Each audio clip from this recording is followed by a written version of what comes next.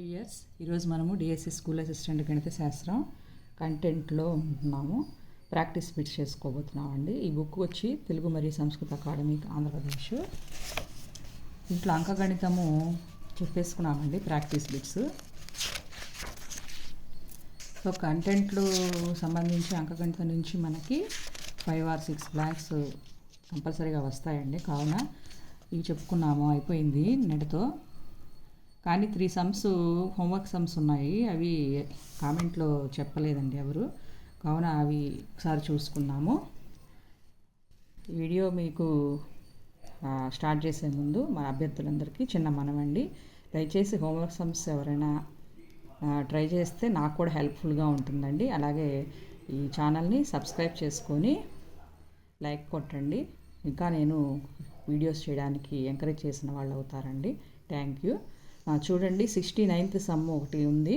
ఒక ట్రైన్ ఢిల్లీలో 5 AM బయలుదేరి 10 AM కాన్పూర్ చేరుతుంది. మరొక ట్రైను కాన్పూర్లో 7 AM బయలుదేరి 2 PM ఢిల్లీ చేరుతుంది. అయినా ఆ 2 ట్రైన్లు కలుసుకునే సమయము అన్నారండి. దీనికి ఫస్ట్ వచ్చేసి మనకి 5 AM to 10 AM, 7 AM to 2 PM. ఇలా చూసుకున్నప్పుడు మొత్తం ఎన్ని అవర్స్ ఉంటాయండి? 5 AM నుంచి 10 AM 5 అవర్స్ ఉంటాయి. 6, 7, 8, 9, 10 అట్లా 7 to 2 7 అవర్స్ ఉంటాయండి. 2 PM ఇక్కడ 5, 7 LCM తీసుకోవాలండి. Let the distance equal to 35 kilometers. ఎందుకనంటే LCM ఆఫ్ 5 and 7 అండి. తర్వాత ఫస్ట్ ట్రైన్కి అప్పుడు స్పీడ్ ఏమవుతుందండి? వేగము ఈజ్ ఈక్వల్ టు దూరము బై కాలము. సో దూరం వచ్చి మనకి 35 kilometers. ఫస్ట్ ట్రైన్కి సంబంధించిన కాలం ఎంత అండి? 5. కాబట్టి 35/5 అంటే 7 km/h. అట్లాగే second train speed of second train వచ్చి 35 సెకండ్ ట్రైన్ కదా 7 ఈక్వల్ టు 5 km/h. నెక్స్ట్ చూడండి, ఇక్కడ ఈక్వేషన్లో ఫామ్ చేసుకోవాలండి. మనకి టోటల్ డిస్టెన్స్ ఈక్వల్ టు దూరము ఈజ్ ఈక్వల్ టు కాలము ఇంటూ వేగము. కాలము T అనుకుంటే వేగము 70. ఫస్ట్ దానికి 70 ప్లస్ ఏదైనా వేసుకోవచ్చు, సెకండ్ ప్లస్ ఫస్ట్, లేకపోతే ఫస్ట్ ప్లస్ అని ప్లస్ ఉంది కాబట్టి 1 + 2 అన్న 3నే, 2 + 1 అన్న 3నే. తర్వాత ఫస్ట్ది 5 ఆఫ్ T - 2. సో ఇక్కడ 2 hours ముందే వస్తుందన్నమాట ఇది. కాబట్టి T - 2 వేసాము. Is equal 35 total distance. దీని ప్రకారం చేస్తే T వాల్యూ 3.75 hours వస్తుందండి. ఇక దీన్ని 75/60 వేసుకోవాలి. 375/60 వేసుకోవాలి మినిట్స్లో కనుక్కునేటప్పుడు. ఇక 3 hours 45 minutes అవుతుందండి. సో దీనికి ఆన్సర్ వచ్చి 3 + 5 hours యాడ్ చేసుకుంటాం కాబట్టి 8:45 AM అవుతుందండి. ఆ 2 ట్రైన్లు కలుసుకునే సమయం 8:45 AM అవుతుందండి. నెక్స్ట్ ఇంకొక వర్క్ సమ్ము వచ్చేసి 81st సమ్ అండి. కొంత మొత్తానికి సంవత్సరానికి ఒకసారి వడ్డీ లెక్కించు పద్ధతిన 10% వడ్డీ రేటు చొప్పున 5 సంవత్సరాల నాటికి అయ్యే చక్రవడ్డీ ₹665.50 అయినా అదే మొత్తానికి అదే వడ్డీ రేటున 4వ సంవత్సరానికి అయ్యే వడ్డీ రేటు ఎంత అన్నది షార్ట్కట్లో వెళ్ళాలండి. సపోజ్ A5 అంటే ఇప్పుడు మొత్తం 5 సంవత్సరాలకు అయ్యే మొత్తము A5 అనుకుంటే P(1 + R/100 హోల్ పవర్ 5 అండి. సో అప్పుడు ఇక వాళ్ళు ఇచ్చారు మనకి చక్రవడ్డీ 665.50 is equal to P(1 + 10/100 whole power 5 చేస్తే మనకి P(11/10 11/10 హోల్ పవర్ 4 అండి. సో ఇంతవరకు ఇది ఇక్కడ స్పేస్ లేదు కాబట్టి ఇక్కడ చూస్తున్నా చూడండి. A5 equal to P(1 + R/100 whole power 5 665.50 ఇచ్చారు కదా. P(1 + 10/100 హోల్ పవర్ 5 చేస్తే మనకి P(11/10 × 11/10 హోల్ పవర్ 4గా రాసుకోవచ్చండి దీన్ని. సో దాని ప్రకారం ఇక్కడ P(11/10 హోల్ పవర్ 4ని కరెక్ట్గా చేసుకుంటే 665.50/11/10 వస్తుందండి. ఇది ఫస్ట్ ఈక్వేషన్ అనుకున్నాం. A4 equal to P(1 + R/100 whole power 4 4 సంవత్సరాలకు అయ్యే వడ్డీ కనుక్కోమన్నారు కాబట్టి A4 కనుక్కుంటున్నాం. P(11/10 whole power 4 already మనకి 1 నుంచి P(11/10 హోల్ పవర్ 4 అంటే సబ్స్టిట్యూట్ చేస్తే మనకి ₹605 వస్తుందండి. దీనికి ఆన్సర్ వచ్చి ఈ విధంగా చేయొచ్చండి దీనికి. నెక్స్ట్ లాస్ట్ సమ్ము ఉందండి, నిన్న ఇచ్చిన వర్క్ సమ్ము. ఒక వ్యక్తి తన నడక వేగానికి 2 రెట్ల వేగంతో సైకిల్ను, తన సైకిల్ వేగానికి 3 రెట్ల వేగంతో స్కూటర్ను నడపగలడు. అతను కొంత దూరాన్ని నడపడానికి 30 నిమిషాలు తీసుకుంటే అంతే దూరాన్ని స్కూటర్పై వెళ్ళడానికి పట్టు సమయం నిమిషాల్లో అండి. ఇది చిన్న టెక్నికేనండి అంతే. ఇక్కడ నడవడానికే 30 నిమిషాలు తీసుకుంటారు గంట తీసుకున్నప్పుడు 2 రెట్ల వేగంతో సైకిల్ అంటే 30/2 అంటే ఎంతండి 15. తర్వాత సైకిల్ వేగానికి 3 రెట్ల వేగంతో అంటే 3 వేయాలండి 5 మినిట్స్. కాబట్టి ఆన్సర్ వచ్చి 5 నిమిషాలు అవుతుందండి. ఇంతటితో అంకగణితం అయిపోతుందండి ప్రాక్టీస్ బిట్స్. నెక్స్ట్ సంఖ్యా వ్యవస్థలోకి వెళ్ళిపోదాం. సో ప్రాక్టీస్ బిట్స్కి వెళ్ళే ముందు చిన్న కొంచెం మనకి ఫార్ములాస్ ఉన్నాయి, అవన్నీ ఒకసారి చూసుకుంటూ వెళ్దాము. ఈ కాన్సెప్ట్స్ హిందూ అరబిక్ సంఖ్యామానము, అంతర్జాతీయ సంఖ్యామానం అండి. సహజ సంఖ్యల సమితి N = సెట్ ఆఫ్ 1 2 3 ఎక్సెట్రా. పూర్ణాంకాల సమితి W = 0 ఉంటుందండి. దీనికి పూర్ణ సంఖ్యల సమితి Z అంటాము, RI integers. So set of etcetera etcetera -3 -2 etcetera etcetera set close. ఇక్కడ హోల్ నెంబర్స్, ఇవి న్యాచురల్ నెంబర్స్.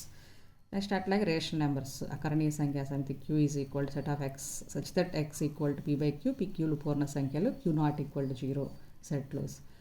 నెక్స్ట్ ఇది రేషనల్ నెంబర్స్, ఇవి irrational numbers. Q' or S = set of √2 √3 √5 etcetera set close.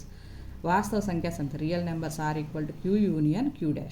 ఈ అకరణీయ కరణీయ కలిపితే వచ్చేవే వాస్తవ సంఖ్యలండి. సంవృత ధర్మము ఏదైనా ఒక సంఖ్యా సమితిలోని 2 సంఖ్యలను సంకలనం చేయగా వచ్చిన ఫలితం అదే సంఖ్యా సమితికి చెందినట్లయితే ఆ సంఖ్యా సమితి సంకలనంలో సంవృత ధర్మం పాటిస్తుంది అంటాం. ఇదే విధంగా వ్యవకలనం, గుణకారం, భాగాహార ప్రక్రియల్లో ఆయా సంఖ్యా సమితులను పరిశీలించవచ్చండి. అంటే plus minus into divided by 4 పరంగా చూసుకుంటాం. సహజల ధర్మం కూడా అంతే. ఏబీసీలకు 4 పరంగా ప్లస్ పరంగా చూసుకుంటే A + of B + C = A + B + C అవుతుంది. అదేవిధంగా మైనస్ ఇంటూ డివైడెడ్ బై కూడా చూసుకోవాలండి సహజల ధర్మం. నెక్స్ట్ సంకలన తత్సమ ధర్మం, చాలా ఇంపార్టెంట్ అండి. ఏదైనా ఒక సంఖ్యా సమితిలో ప్రతి సంఖ్యకు 0 కలపగా మరలా అదే సంఖ్య వస్తుంది కనుక 0ను సంకలన తత్సమాంశం అంటారు. ఆ సంఖ్యా సమితి సంకలన తత్సమాంశ ధర్మాన్ని పాటిస్తుంది అంటాము. కాబట్టి సంకలన తత్సమాంశం అంటే 0, గుణకార తత్సమాంశం అంటే 1.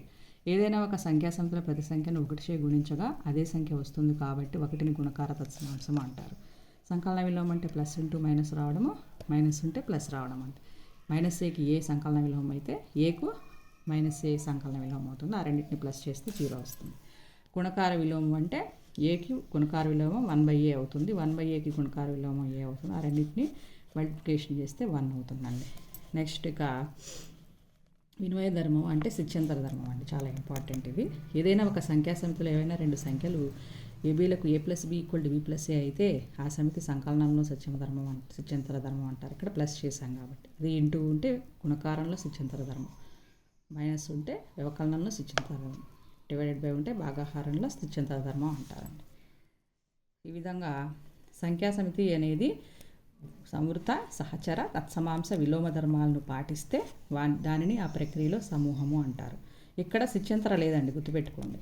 ఇక్కడ ఒకవేళ సిద్ధ్యంతర ధర్మాన్ని కూడా అంటే వినిమయ ధర్మం అనే సిద్ధ్యంతర ధర్మం ఒకటి, సిద్ధ్యంతర ధర్మాన్ని కూడా పాటిస్తే ఆ సంఖ్యా సమితిని వినిమయ సమూహము అంటారు. 1 కంటే పెద్దదైన ఒక సంఖ్యకు 1 అదే సంఖ్య మాత్రమే కారణాంకాలుగా గల సంఖ్యల్ని ప్రధాన సంఖ్యలు అంటారు. డెఫినేషన్లో కూడా వస్తాయండి, డిఎస్సిలో చాలా important.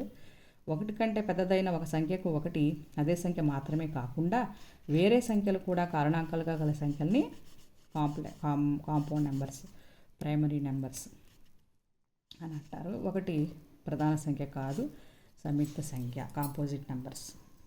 Prime numbers, composite numbers అంటే. కాబట్టి 1 is neither prime Nar composite.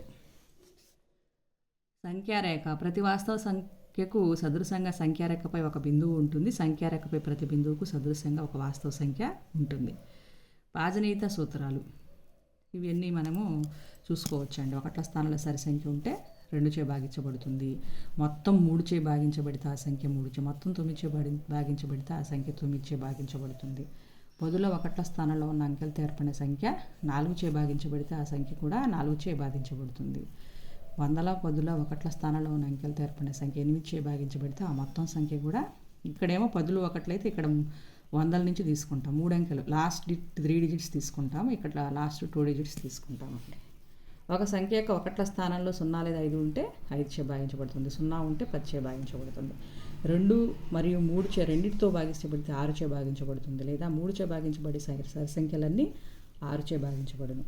ఒక సంఖ్యలోని అంకెల్లో అంకె విడిచి అంకెల మొత్తం మిగిలిన అంకెల మొత్తం భేదం 11 చే భాగించబడితే ఆ సంఖ్య 11 చే అంటే సరి స్థానాల మొత్తము ఈక్వల్ టు బేసి స్థానాల మొత్తం అండి.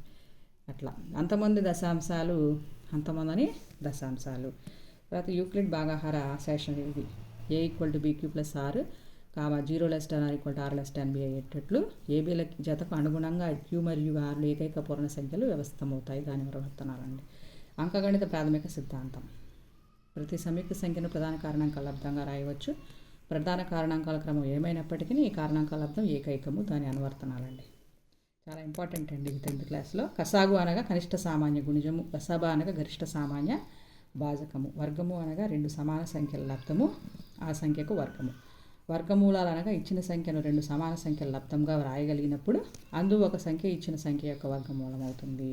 ఇంతటితో వీడియో కంప్లీట్ చేస్తున్నానండి. Thank you.